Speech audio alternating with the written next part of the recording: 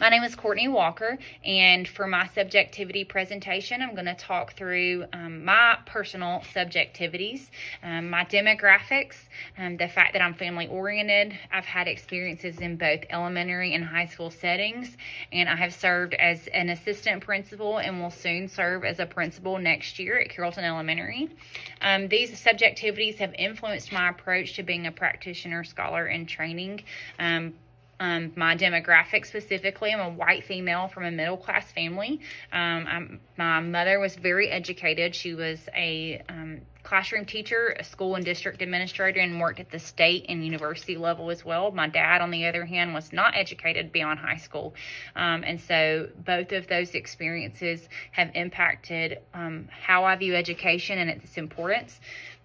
I'm very family oriented, both because of the way I was raised, but also because in my own home, I have two daughters that are my biological daughters and two daughters who are my stepdaughters. And so my experiences both as a mom and a stepmom influence how I interpret student experience and the families that they come from, understanding that not all kids come in with the same home experiences. Even if they live in the same home, those experiences may not look the same.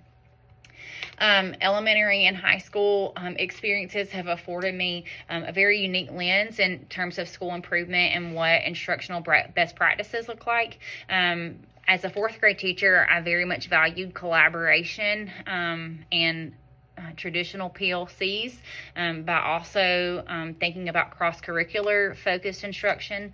I brought a lot of that with me to the high school setting, but I also learned very quickly that high school teachers are content experts as opposed to being very knowledgeable in strategies. And so there is a deep appreciation in me for student internships, preparing students for life after high school, and developing soft skills in them.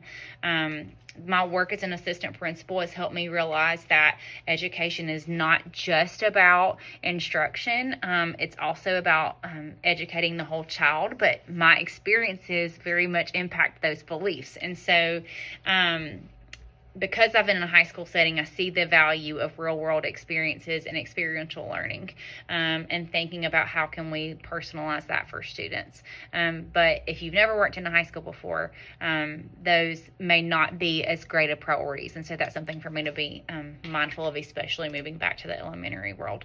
And so how these subjectivities have influenced my viewpoint towards research and scholarship. My demographics mean that I must be intentional to demonstrate empathy and cultivate an awareness and appreciation for diversity. My professional background in both elementary and high school allows me a wide range of perspectives on the classroom, but it also limits me in my understanding of what early learning settings look like, and what best practices are, and those foundational skills for students in learning to read and write. And so I am very limited in my experiences in that. And so being willing and open to hear those perspectives of people who have walked that out in their classrooms or in their schools. In order to remain aware of my subjectivities as a practitioner, scholar, in training, I plan to be very reflective on how my subjectivities positively or negatively impact my work. There were several of the subjective I's from Peshkin's article that I felt influenced my approach to becoming a practitioner scholar. First, the ethnic maintenance I that Peshkin described as his Jewish I. Because my demographics as a white female from a middle-class family, especially growing up in a Christian home, do influence my understanding of diversity. My ethnic background affects my participation in the structures of education, especially considering that the current structures were established by people who look like I do, and that not everyone has experienced education the same way. I have to be intentional to consider that my experiences may be different from those that I work or the students that I serve.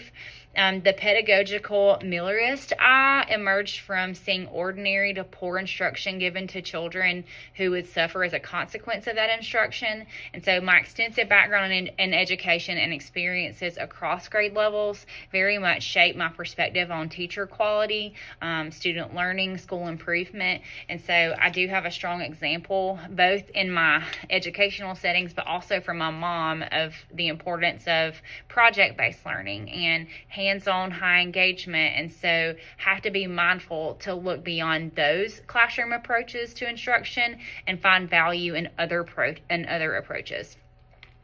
The non-research human eye softens judgment through affection. I believe that my experience growing up in both a nuclear and a blended family with a supportive environment and being family-oriented influences how I perceive students from different family structures and impacts my beliefs on best practices for engaging families and improving community partnerships so that all students are supported inside and outside of the school. The community maintenance eye Peshkin felt was that this eye strongly, he felt this eye strongly in places where a sense of community was perpetuated. I do work in the town that I grew up in, pretty close anyways. It does influence what I believe about students' best interests and how to improve the community that I serve. So I'm a firm believer in what community looks like outside of school and how we bring that into the school, but also how do we establish communities within the school setting through PLCs and teacher leadership opportunities. Describe whether these subjectivities labels leave out anything. For me, I think the one thing that I felt was not addressed directly in Peshkin's eye was my faith, even though it could be lumped into my demographics. This can greatly influence how I determine expectations in a classroom, discipline, consequences, approaches to relationships, both teacher to teacher, student to teacher, and then school to family. My subjective labels have offered me some affordances, most certainly in the educational setting because I am a white female. It may be that oftentimes the current structures have provided me different career advancement opportunities that I may not have seen otherwise. However, there have been some limitations and constraints as well. As Peshkin mentioned, that the community maintenance eye distracted him from Riverview's continuing flow of newcomers. Similarly, the pedagogical amelioratist eye could lead me to overemphasize the importance of formal schooling and traditional pedagogical practices, potentially overlooking other valuable learning experiences and forms of knowledge.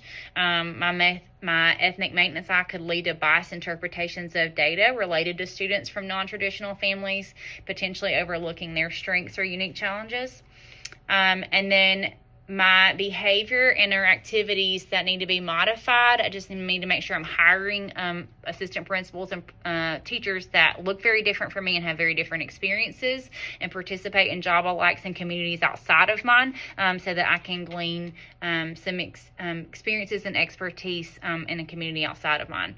The potential topic of interest for my research is examining the impact of teacher leadership and collective efficacy in professional learning communities on student achievement. Because of my experiences and appreciation for strong communication and strong communities and collaboration, as well as the belief that providing teachers with leadership opportunities that reflect their experiences and passions, I believe that I will need to be intentional to reflect on both the subjective labels that each of the participants in my research and studies bring to the table, as well as my own.